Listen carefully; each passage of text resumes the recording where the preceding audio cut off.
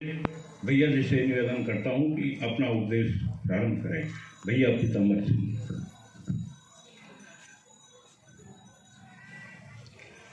यस्य वेदमयी वाणी यस्य देवमयी तनुः यस्य ब्रह्ममयी दृष्टि स गुरु पातु मां सदा।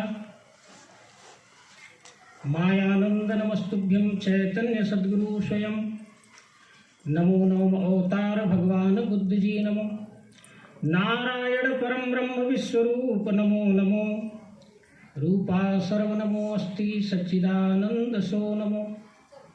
अज्ञानान्धस्य लोकस्य ज्ञानाञ्जन शलाकय चक्षुरुन्मीलितं येन तस्मै श्री गुरुवे नमः। तत्वदर्शी सद्गुरु भगवान को सादर नमन करते हुए प्रणाम करते हुए गीता ज्ञान यज्ञ के इस अंतिम दिवस के अंतिम कार्यक्रम में जो अभी परम पूज्य नारायण स्वरूप स्वामी जी के द्वारा समापन संबोधन होगा, उसमें पधारे हुए हमारे ज्येष्ठ श्रेष्ठ आत्मीय जन, नगर के सभी आदरणीय बंधुवृंद, आसपास क्षेत्रीय ग्रामों से पधारे हुए समस्त आत्मीय जन, अतिथिगण, परम वंदनीय माताओं बहनों, आप सबों को श्री चरणों में सादर नमन प्रणाम करते हुए सत्संग की कड़ी को आगे बढ़ाते हैं। अभी हमारे सम्माननीय संचालक महोदय जी के द्वारा बार बार ये कहा गया है, वह 3 दिन से सुन रहा हूँ कि ये दुर्लभ सत्संग है। निश्चित रूप से उनका कहना 100% सत्य है।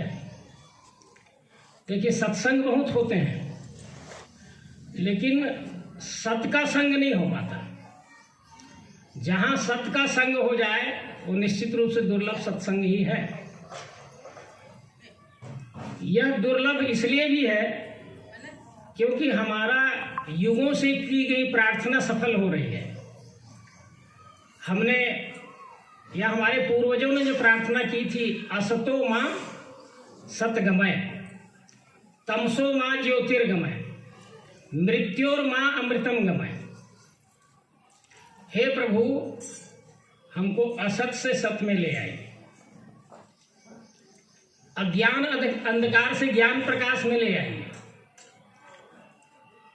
और मृत्यु से अमरता में ले आइए। तो ये प्रार्थना निश्चित रूप से हमारी सफल हो रही है। हमारे तत्वदर्शी सद्गुरु स्वरूप जो स्वयं नवम अवतार भगवान श्री मायानंद जी चैतन्य है, उनने एक रहस्य युक्ति लेकर के इस धराधाम पर आए हैं। जो पूर्व के अवतारों ने इस धराधाम पर उसी युक्ति को लेकर आए थे, उसी परंपरा को आगे बढ़ाते हुए भगवान श्री मायानंद जी चैतन्य ने ये सर्वांग योग नाम से परमात्म दर्शन की युक्ति, जिसको दिव्य दृष्टि कहा जाता है, वो लेकर के आए हैं। ये सर्वांग योग साधारण ग्रंथ नहीं है। संसार के समस्त धर्म ग्रंथों की ये चाबी है, मास्टर की है। यदि इसको हम समझ जाएं तो निश्चित रूप से जो बार बार कहते हैं कि मूक होई बाचाल, पंगु चढ़े गिरिवर गहन, ये मेरे ऊपर स्वयं घटित है।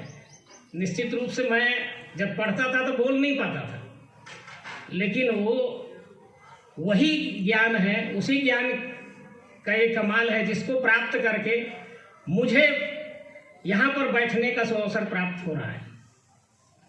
तो निश्चित रूप से ये मास्टर की है, संसार के समस्त धर्म ग्रंथों की चाबी खोलने वाली है। इस दुर्लभ सत्संग के संबंध में थोड़ा सा एक स्वरचित मैं 4 लाइन की कविता आप लोगों को बताना चाहता हूँ। सत्संग से बड़ा लाभ दुनिया में कोई लाभ नहीं है। सबसे बड़ा लाभ सत्संग से है। क्यों सत्संग से बड़ा लाभ है? परम तत्व दर्शन जो पाया, क्योंकि इससे परम तत्व का दर्शन मिलता है। परम तत्व दर्शन जो पाया, अमृतत्व निज पास खड़ी। मृत्योर्मा अमृतम गमय, नहीं मिला जो सत का दर्शन, मृत्यु सतत है घड़ी घड़ी। यदि हमने दर्शन प्राप्त नहीं किया परमात्मा का तो घड़ी घड़ी मृत्यु है, क्योंकि मृत्यु केवल मरना को नहीं कहते, शरीर त्यागना को नहीं कहते, केवल देह त्याग है मृत्यु। यह मानना नहीं सत जान, जीते जी वह मरा हुआ है जिनको नहीं अस्थि का ज्ञान। रामचरितमानस में गोस्वामी तुलसीदास जी ने कहा है कि कौल काम बस कृपण विमूढ़ा, अति दरिद्र अजिसी अति बूढ़ा, सदा रोग बस संतत क्रोधी, विष्णु विमुख संत विरोधी, तनु पोषक निंदक अगखानी, जीवत 100 सम 14 प्राणी। ये 14 प्रकार के प्राणी जो है वो जीते जी मरे हुए हैं। इसलिए मरे हुए हैं क्योंकि काम क्रोध लोभ मद मोह मत्सर छल कपट पाखंड स्वार्थ में फंसे हुए हैं, इसलिए जीते जी मरे हुए हैं। वही बात यहाँ कही जा रही है, जीते जी वह मरा हुआ है जिनको नहीं अस्थि का ज्ञान। शरीर व इंद्रिय मन बुद्धि चित्त नहीं जिनका जय जान, जो अपने शरीर को मन को बुद्धि को इंद्रिय को नहीं जीता हुआ है, पल पल वह मरता रहता है, इस यथार्थ को लो पहचान।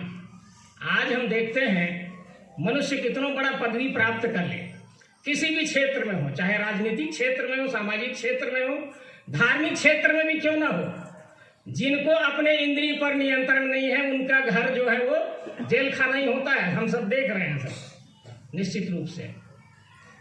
अपने शरीर मन बुद्धि चित्त पर नियंत्रण आवश्यक है।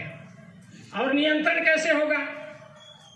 नियंत्रण के बहुत से उपाय बताए गए हैं गीता में। भगवान श्री कृष्ण ने तो उपाय बताया ही है, लेकिन हम उस उपाय को जानते नहीं हैं। कितनों भी उपाय बता दिया जाए और सब उपाय कारगर नहीं है जो संसार में बताया जा रहा है।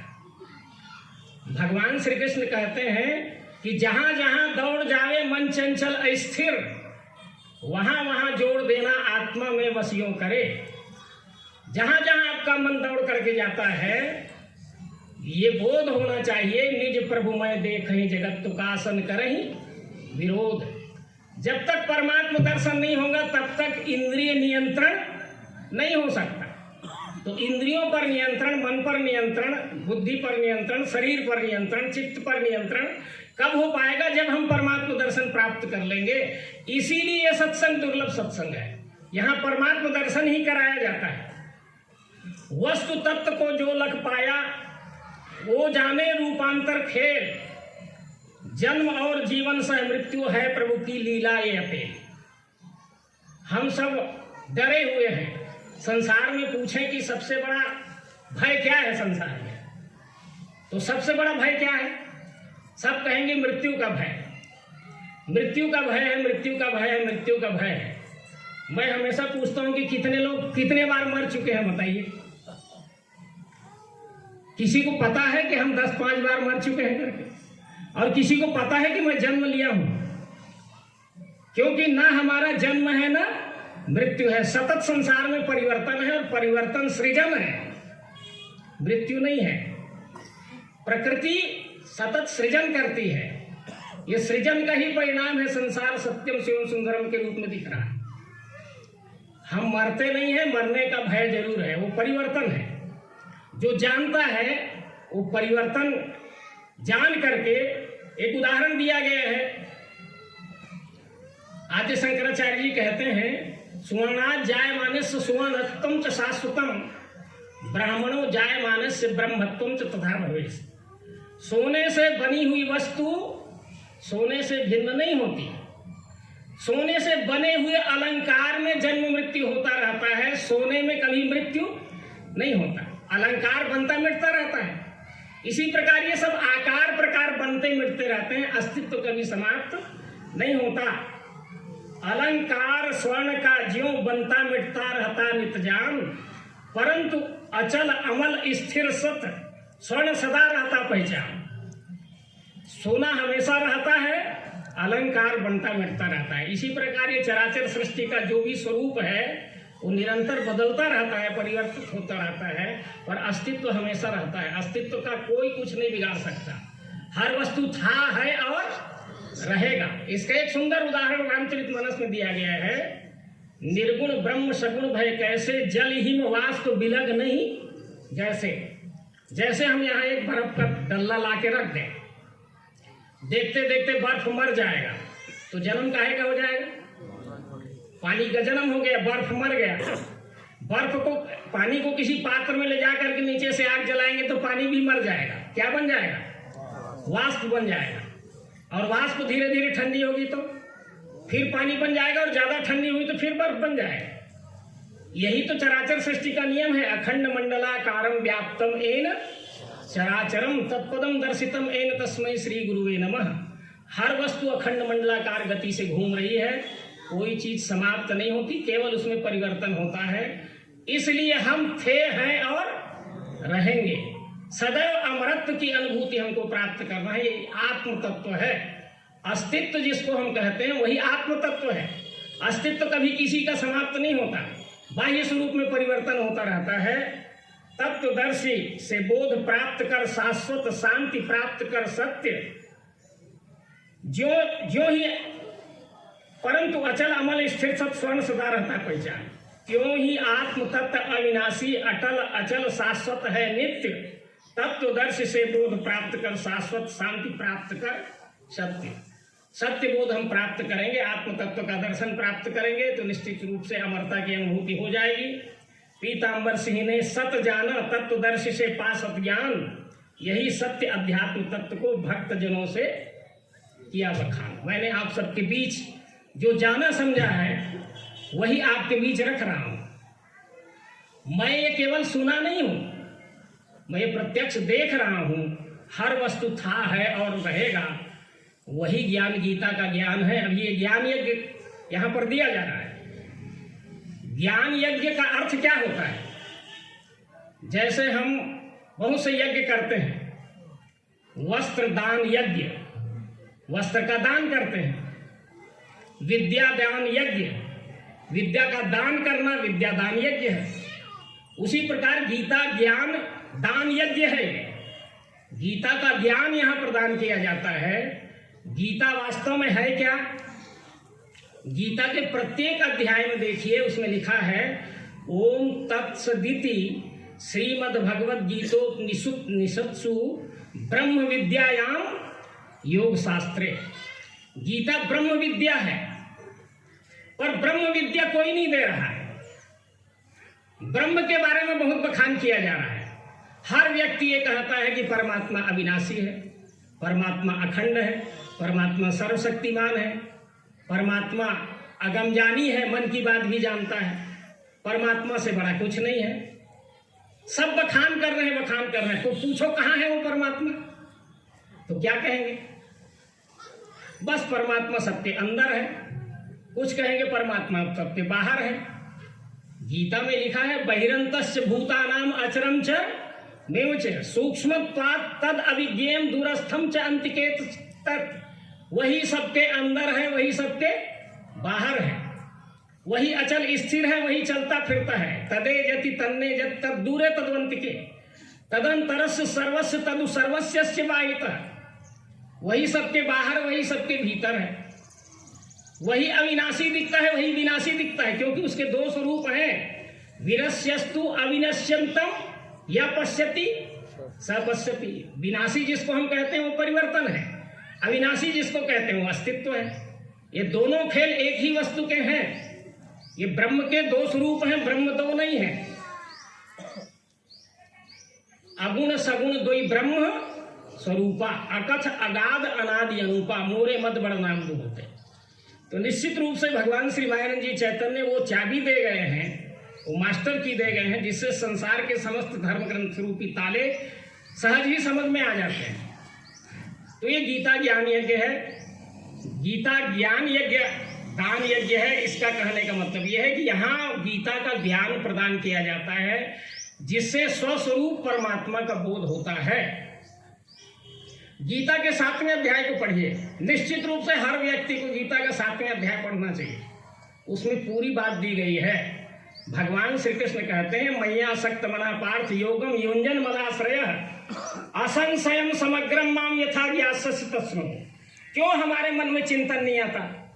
भगवान श्री कृष्ण अर्जुन से कहते हैं कि अर्जुन मेरी बताई गई योग युक्ति के द्वारा तू मुझे जैसा जान सकता है वो मैं तुझे बता रहा हूं, तू मुझे जानता नहीं है।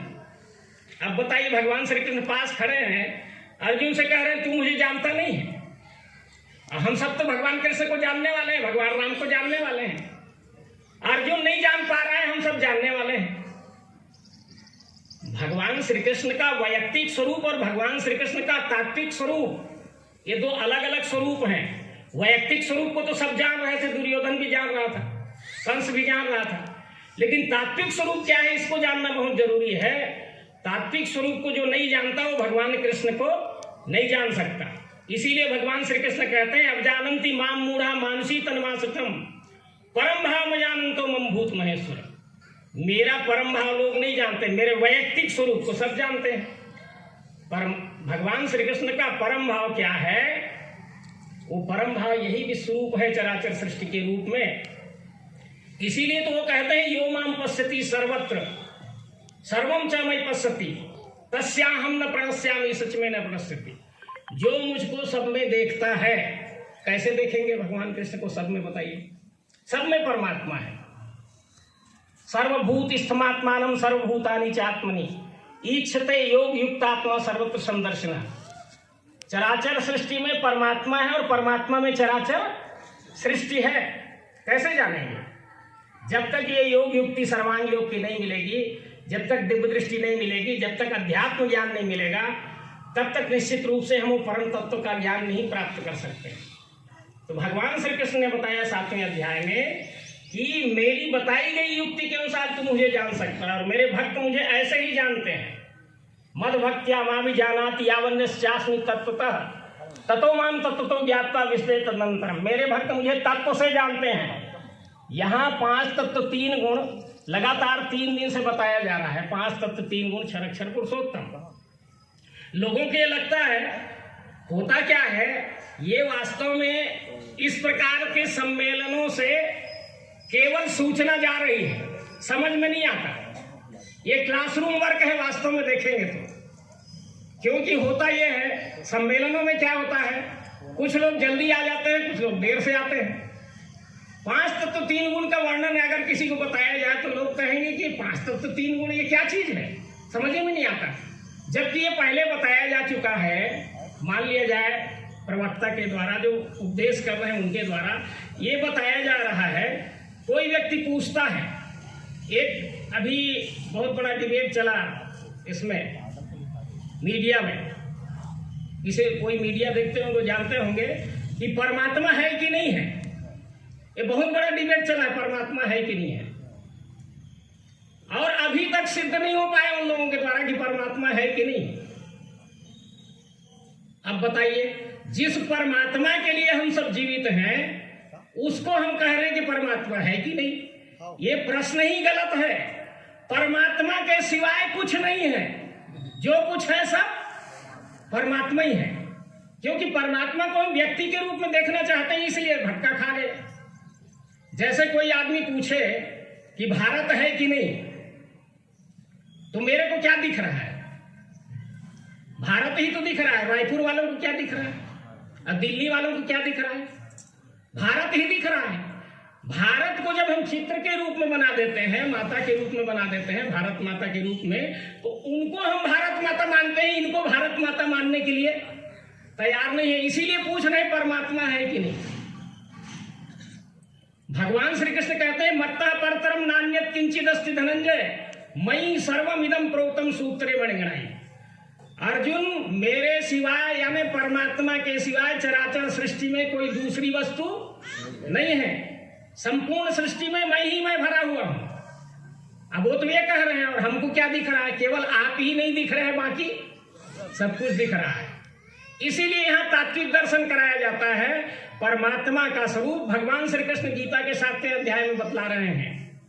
मनुष्याणाम सहस्रेषु कश्चित् यतत सिद्धे यततामपि सिद्धानाम कश्चिन् माम वेत्ति तत्वतः। हजारों मनुष्यों में कोई मुझे तत्व से जान पाता है। 999 ऐसे ही भटक रहे हैं, भगवान कृष्ण को खोज रहे हैं, उनके स्वरूप को जानने, उनको हमको व्यक्तिगत रूप से मिल जाए तो हमारा समाधान हो जाए। तो व्यक्तिगत रूप से तो सबको मिल रहे थे उस समय भी, अर्जुन भी नहीं जान पाए उनको जो सामने खड़े थे। तात्विक रूप से आज भी जाना जा सकता है और आगे भी जाना जा सकेगा निश्चित रूप से। आगे भगवान श्री कृष्ण ने अपना स्वरूप बतलाते हुए कहते हैं कि मेरा स्वरूप को समझिए अर्जुन, मेरा स्वरूप 5 तत्व 3 गुण का मेरा बाह्य शरीर बना हुआ है। भूमि रापो नलो वायु खम न बुद्धिरेव च अहंकार इतियम में भिन्ना प्रकृति अष्टधा। अब 5 तत्व 3 गुण का यहाँ उपदेश चल रहा है।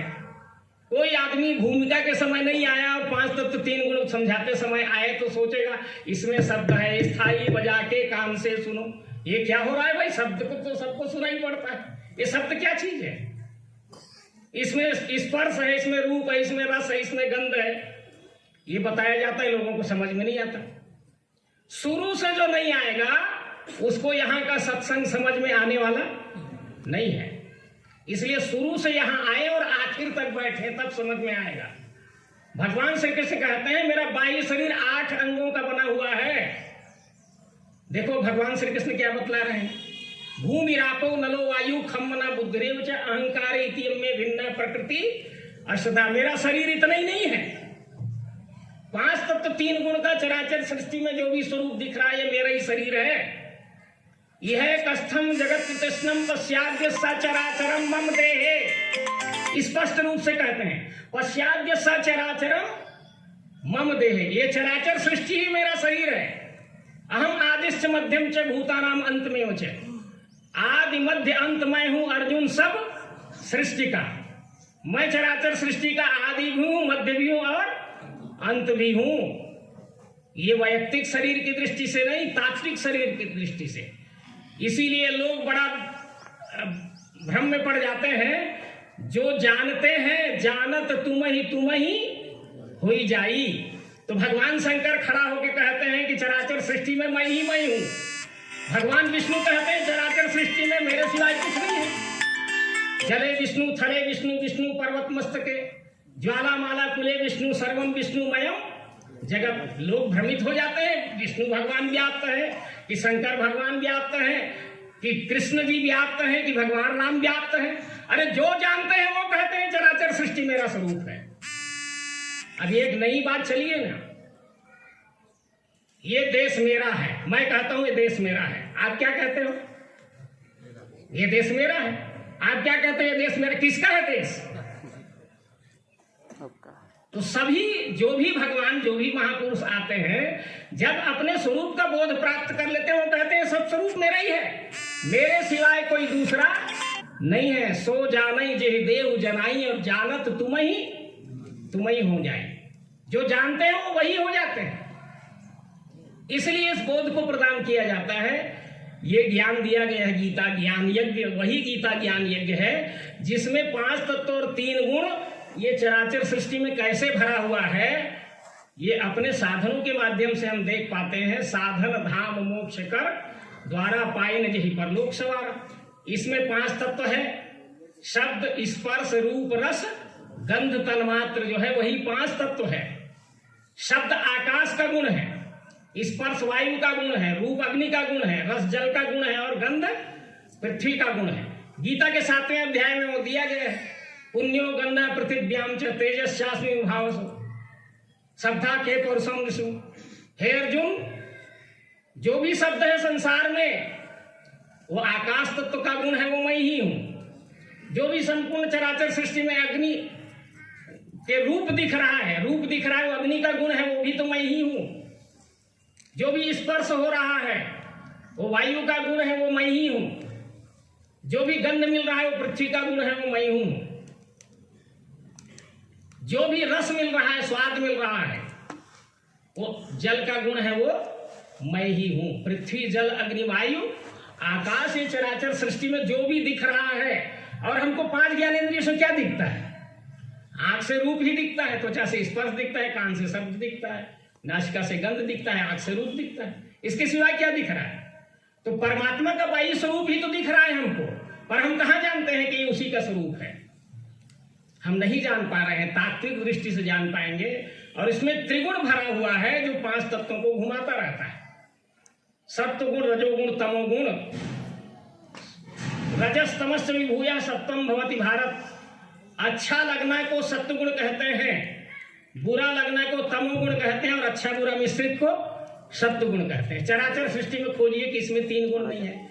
न तदस्ति पृथिव्याम व दिवि देवेषु वा पुनः सप्तम प्रकृतिर जैर मुक्तिया सा देवी त्रिविर्गुण है। संपूर्ण विश्व में ऐसा कोई वस्तु नहीं है जिसमें 3 गुण ना हो।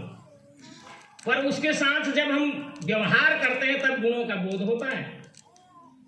संपूर्ण विश्व से व्यवहार करके देख लीजिए। हम पूछते हैं कि भाई अग्नि सत्वगुणी है कि रजोगुणी है कि तमोगुणी है, बताइए। तीनों गुण उसमें भरा हुआ है। वो हमको भोजन बना के दे रहा है तो सत्वगुण दिखता है, और कहीं घर में लग गया तो, आग लग गया तो क्या कैसा दिखेगा? तमोगुण दिखने लगता है। तो सत्वगुण है कि तमोगुण है? दोनों है, इसलिए रजोगुण भी है। रजोगुण उसका नाम है जिसमें दोनों भाव भरा हुआ है। इस प्रकार 8 चीज संपूर्ण विश्व में दिख ही रहा है। ये परमात्मा का बाह्य स्वरूप है। ये भगवान श्री कृष्ण कहते हैं यही मेरा बाह्य शरीर है। कहाँ नहीं है बताइए? यो माम पश्यति सर्वत्र। इस दृष्टिकोण से देखिए कि कहाँ नहीं है चराचर सृष्टि में परमात्मा। यो माम पश्यति सर्वत्र सर्वम च मयि पश्यति। जो 5 तत्व 3 गुण यहाँ है वही संपूर्ण विश्व में है। जो संपूर्ण विश्व है वो यही है। ये सब देवों का भी दर्शन है। अग्निदेव, जल देव, पृथ्वी देव, वायु देव, आकाश देव दिख ही तो रहा है। सत्वगुण माने विष्णु देव, रजोगुण माने ब्रह्मा देव, और तमोगुण माने शंकर देव। 8 देव तो दिख रहा है इसमें। और ये 8 देव की समुच्चय अवस्था का नाम है सगुण। यत गुणे सह वर्तमानम तत् सगुणम। 8 भाव को ये धारण किया हुआ है, ये धारण किया हुआ है, यही तो सगुण है। अब गीता को हम खूब पढ़ेंगे, ये बोध हमको नहीं होगा। गीता के 15वें अध्याय में लिखा है कि द्वाविमो पुरुषो लोके क्षरश्चाक्षर एव च। ये क्षरः सर्वाणि भूतानि कूटस्थो अक्षर उच्यते उत्तमा पुरुषस्तन्या परमात्मे तुदायिता यो लोक त्रयमा विश्व विभर्तव्य ईश्वर। क्षर अक्षर पुरुषोत्तम उसमें लिखा है। क्षर किसको कहते हैं पता ही नहीं है, अक्षर किसको कहते हैं पता नहीं है, पुरुषोत्तम किसको कहते हैं पता ही नहीं। कैसे गीता समझ में आई?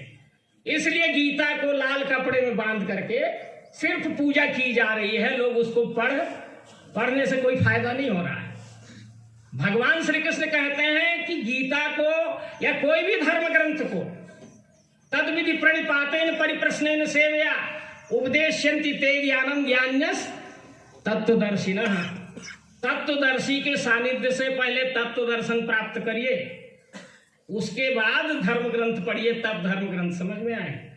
इसीलिए 2 प्रकार की विद्या की बात की गई है, परा विद्या और अपरा विद्या। तत्र अपरा, देखिए कितनी बड़ी बात कह दी गई है। तत्र अपरा ऋग्वेदो सामवेदो यजुर्वेदो अथर्ववेदः शिक्षा कल्पो व्याकरणम निरुक्तम छंद ज्योतिषमपि अथ पराया तदक्षरम दिगम्यते। ये 4 वेद 6 शास्त्र 18 पुराण, ये सब जितने धर्म ग्रंथ है सब अपरा विद्या है। परा विद्या अक्षर अविनाशी तत्व को जानना, परमात्मा तत्व को जानना, ये परा विद्या है। और इसको तत्वदर्शी सदगुरु के सानिध्य से ही जाना जाता है। जो जाना गया है उसको धर्म ग्रंथों में लिखा गया है। धर्म ग्रंथ लिखने की जरूरत क्यों पड़ी? क्योंकि लोगों को प्रमाण की जरूरत पड़ती है। प्रमाण यदि नहीं देंगे तो लोग कहेंगे अपने मन से बात कह रहे हैं। प्रमाण इसलिए देना पड़ता है कि पूर्व के महापुरुषों ने ही इसी रास्ते से अपने स्वरूप का बोध प्राप्त किया, इसी रास्ते से ज्ञान प्राप्त किया था, इसलिए प्रमाण देना पड़ता है। प्रमाण देने के लिए धर्म ग्रंथ लिखा गया है। वास्तव में धर्म ग्रंथों में यही लिखा है। आद्य शंकराचार्य जी भी यही कहते हैं कि भाई धर्म ग्रंथ को पढ़ने से समझ में नहीं आएगा, पहले सदगुरु से मिलिए, तत्वदर्शी सदगुरु से।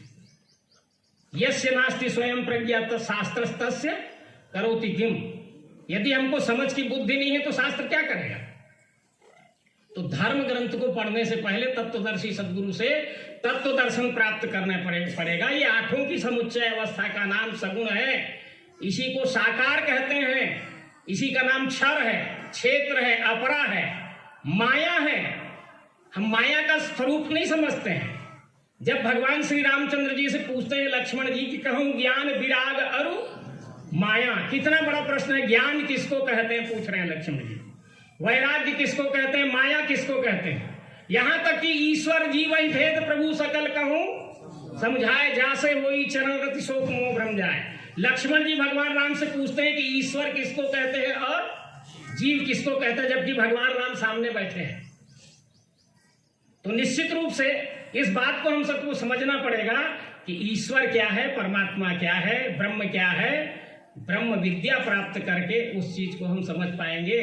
तो माया क्या है, गो गोचर जह लगी मन जाई और सो सब माया जानो भाई। कितने विद्वान व्याख्या करते हैं, निवेदन है बताइए तो माया का स्वरूप क्या है।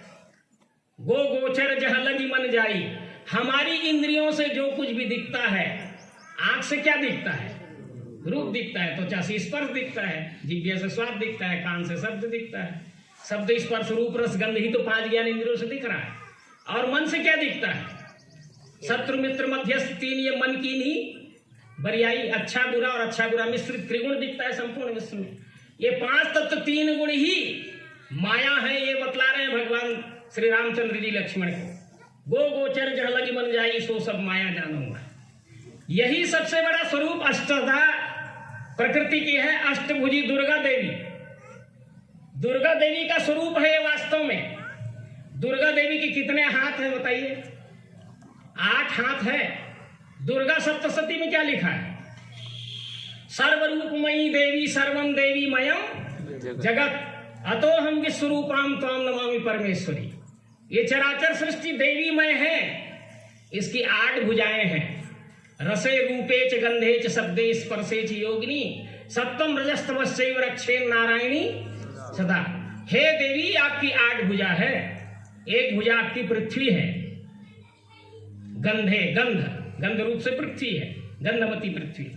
अब ये पृथ्वी कितना विशाल है, पृथ्वी से हम सब अन्न उगा के खा रहे हैं। इसी पृथ्वी बस की बात नहीं है, जो कुछ भी ठोस चीज दिख रहा है वो सब पृथ्वी ही है। तो ये पृथ्वी में, अब पृथ्वी को देखिए, पृथ्वी उसकी एक भुजा है। दुर्गा देवी सबको उत्पत्ति करती है, सबका पालन करती है और सबका संहार करती है। पृथ्वी से देखिए एक दाना हम जब डालते हैं तो 21 दाना बना के देती है दुर्गा देवी, और थोड़ा सा पृथ्वी हिला देगी तो क्या हो जाएगा, सबका विनाश भी हो जाएगा इसी में। एक भुजा उसकी पृथ्वी है, एक भुजा उनकी जल है। जल को देखिए, जल पी करके ही, ये जैसे ही हम पैदा होते हैं शरीर को जल चाहिए कि नहीं चाहिए, तो माँ दुर्गा जो है हमको जल प्रदान की है। और जल ज्यादा गिर जाए जिस क्षेत्र में, देखिए क्या हो रहा है। तो दुर्गा देवी एक एक भुजा में उनकी इतनी शक्ति है कि संपूर्ण विश्व को पालन भी करती है, उत्पत्ति भी करती है और संहार भी करती है। ये त्रिगुण, कभी कभी ऐसा पढ़े होंगे आप, ये 3 गुण जो है, या त्रिदेव जो है वो माँ दुर्गा के संतान है। तो 3 गुण तो उसके अंग है, इसलिए उसको संतान के रूप में कहा गया है। सत्वगुण, रजोगुण, तमोगुण, यही उनकी संतान है। इसी रूप में 3 गुण ही कार्य कर रही संपूर्ण विश्व में, उत्पत्ति स्थिति लय की। उत्पन्न होना जो है वो रजोगुण का काम है, पालन होना सत्वगुण का काम है और संहार होना तमोगुण का काम है। ये चल ही रहा है सतत, पहले से भी चल रहा है, आज भी चल रहा है, आगे भी चलने वाला है। ये 5 तत्व 3 गुण 8 ही दुर्गा देवी का स्वरूप दिख रहा है, प्रत्यक्ष है। ये 8 भुजाएं उनकी दिख रही है। और इसको हम कहाँ जानते हैं, हम जब इस स्वरूप का तत्वदर्शी सदगुरु ने, किसी ने कहा होगा कि भाई इसको हमको समझना है, तो एक प्रतिमा दुर्गा की बना दिया जाए। जैसे भारत माता का प्रतिमा हमने बनाया है ना, भारत माता तो ये है, पर वंदनीय भारत माता के हमने एक प्रतिमा बनाया, चित्र बनाया। निश्चित रूप से वो भी पूजनीय है, उनकी भी हमको, क्योंकि उससे इस भारत को देखना है, ध्यान करना। उसी प्रकार दुर्गा देवी का हम मंदिर में, दुर्गा देवी के मंदिर में हम जब जाते हैं तो हमको ध्यान करना है कि 5 तत्व 3 गुण ही आपकी अष्टभुजा है। मंदिर में पूजा करने भी जाते हैं तो यही तो करते हैं। जाते हैं तो सबसे क्या दिखता है, पहले रूप दिखता है। जाते हैं तो क्या बजाते हैं? घंटी बजाते हैं। क्यों बजाते हैं घंटी? क्या करते हैं? अगरबत्ती जलाते हैं गंध के लिए। क्या करते हैं? प्रसाद लेते हैं स्वाद के लिए। शब्द स्पर्श रूप रसगंध तो वहां भी है। और 3 चक्कर लगा के आते हैं। 3 ही चक्कर क्यों है? क्योंकि प्रकृति के 3 गुण सबको चक्कर में डाले हुए हैं। जो जान जाते हैं वो चक्कर में नहीं भटकते। ये उसका खेल है प्रकृति माता का। ये तो हो रही है, उत्पत्ति स्थिति लय की क्रिया संपूर्ण विश्व में चल रही है। तो 5 तत्व और 3 गुण, 8 ही दुर्गा देवी है। अष्टभुजी दुर्गा देवी, अष्टभुजी प्रकृति है। यही वास्तव में क्षर है, सगुण है, साकार है, क्षेत्र है, अपरा है, माया है, प्रकृति है। यही परमात्मा का विराट स्वरूप है। भगवान श्री कृष्ण ने अर्जुन का अपना विराट स्वरूप दिखाया गीता के 11वें अध्याय में। विराट का मतलब क्या होता है? आदि मध्य अंत रहित जो चराचर सृष्टि में भरा हुआ है, वही तो उसका विराट स्वरूप है परमात्मा का। विशाल स्वरूप, आदि अंत मध्य नहीं है उसका, विराट स्वरूप। ये बताया भगवान श्री कृष्ण ने, पश्चिमे पार्थ रूपाणी सप्तवत सहस्त्रशः नाना विधान दिव्यानि नाना वर्ण कृति में। क्या जो कुछ भी दिख रहा है मेरा ही विराट स्वरूप है। और अर्जुन ने देखा क्या? अनंत बाहूदर वक्त नेत्रम पश्यामि त्वां सर्वतो अनंत रूपम न अंतम न मध्यम न पुनस्तवादिम पश्यामि विश्वेश्वर विश्वरूप। 11वें अध्याय का नाम विश्वरूप दर्शन योग है। यही विश्व ही विश्वरूप परमात्मा है। ये बतलाया भगवान श्री कृष्ण ने अर्जुन को, और इसी स्वरूप में देखा। हम ये कहते हैं कि एक भगवान श्री कृष्ण खड़े हैं, उसके चित्र में हजारों हाथ लगा दिए। अब ऐसा एक भगवान श्री कृष्ण है, हजारों हाथ। अब सर्वत्र उसके हाथ हैं, सर्वत्र कान है, सर्वत्र पैर है। सर्वतः पाणिपादम सर्वतो तत्र सर्वतः पाणिपादम सर्वतो अक्षिशिरो मुखम। सब जगह उसके हाथ पैर है। कहाँ नहीं है बताइए? सब हाथ पैर किसके हैं? जब चराचर सृष्टि परमात्मा स्वरूप है तो ये सब हाथ, मुंह, शीश, नेत्र, पैर, पीठ, पेट किसके हैं? सब उसी के ही तो हैं। जब सब उसी वही है तो इस प्रकार इसी विश्वरूप को दिखाया गया। आगे बुद्धि के द्वारा यही बताया जाता है, इसमें जो अस्तित्व है, ये 5 तत्व 3 गुण का स्वरूप निरंतर बदलता रहता है। इसमें जो अस्तित्व है, जो बुद्धि के द्वारा समझ में आता है, वो कभी समाप्त नहीं होता। ये पहले भी था, आज भी है, आगे भी रहेगा। देखिए कितने स्वरूप बदलते आया। ये पहले गन्ने के रूप में था, फिर रस के रूप में हुआ, फिर गुड़ के रूप में हुआ, फिर शक्कर के रूप में हुआ, फिर ये मिश्री के रूप में हमको दिख रहा है, फिर कहीं चला जाएगा स्वरूप बदल कर। गन्ना कहाँ से आया? पृथ्वी में नहीं लगाएंगे तो गन्ना हो जाएगा, पानी नहीं देंगे तो गन्ना हो जाएगा, गर्मी नहीं मिलेगा तो। अरे 5 तत्व से ही तो गन्ना बना है और 5 तत्व में ही मिल जाता है। इस तरह अस्तित्व कभी समाप्त नहीं होता। लेकिन ये द्विविध खेल में हम भटक जाते हैं। ये सगुण साकार है कि निर्गुण निराकार है कि क्षर है कि अक्षर है, ये हम समझ में नहीं पाते। तब तत्वदर्शी सदगुरु बतलाते हैं कि वस्तु कितना है। वस्तु तो एक ही है, एक ही वस्तु में यहाँ इसका नाम क्या है? मिश्री है, और यहाँ इसका नाम क्या है? विश्वरूप। ब्रह्मैव सर्वनामानि रूपाणि विविधानि च कर्मण्यपि समग्राणि विवर्ति सुखिर्जगो। ब्रह्म ही सब नामों में, सब रूपों में, सब आकार प्रकार में वही दिख रहा है। ओम पूर्वाद ब्रह्म पश्चात ब्रह्म दक्षिणताश्चोत्तरेण अधः च ऊर्ध्वं च प्रसृतम ब्रह्मै वेदम विश्वमिदं वरिष्ठम। इसे ही भगवान श्री मायानंद जी चैतन्य ने कहा, दृश्य साकार वही है निराकार भी वही, दोनों का धाम भी है वो, उसको सर्व है कहा। ये एक ही विश्व वस्तु में जानो कल्पित भाव 3 ही है। निज रूप लखाने को वेदों में कल्पना की। वेद में भी यही बात कही गई है, सर्वम खलविदम ब्रह्म। सब ब्रह्म ही है। ईशावास्यमिदं सर्वम यत्किंचित जगत्याम जगत। तो इस प्रकार विश्व ही ब्रह्म है, विश्व ही परमात्मा है, हम सब उसके अभिन्न अंग हैं। इसीलिए कहा गया है एको हम बहुश्याम। एक ही विश्वरूप है और चराचर सृष्टि उसके स्वरूप है। इस प्रकार जान करके जब हम व्यवहार करते हैं तभी उसको भक्ति कहा जाता है। तो भक्ति हम सबको प्राप्त करना है तो पहले परमात्मा को जानना पड़ेगा। इन्हीं शब्दों के साथ मैं अपनी वाणी को पूर्ण विराम देता हूँ। बोलिए सद्गुरु भगवान की जय, विश्वरूप परमात्मा की जय, सनातन धर्म की जय। मातुरेवा नर्मदे। धन्यवाद पीताम्बर भैया, आपने कम समय में बहुत विस्तार से परमात्मा संबंधी बातें कही। भ्रम क्या होता है परमात्मा के संबंध में, और इस विद्या को, इस सत्संग के महत्व को विशेष प्रकाशित किया आपने, क्योंकि इस सत्संग का वास्तविक महत्व यही है कि इसमें आदि से अंत तक रहिए। क्योंकि यदि इस सत्संग की भूमिका आपने नहीं सुनी और सीधे तत्व दर्शन के समय पहुंच गए, तो आप बस, आपको जैसे दुर्योधन को कृष्ण जी का तत्व दर्शन जब दुर्योधन को कराया गया तो बोले ये लीला, ये तो क्या बजाते हैं, मेरे समझ से बाहर की बात है। तो ऐसा ही होता है। भैया जी ने अपने स्वानुभव को बहुत ही विशेष उच्च स्तर पे यहाँ पर प्रस्तुत किए। हम उनके आभारी हैं। परम पूज्य नारायण स्वरूप स्वामी जी, जो कि केंद्र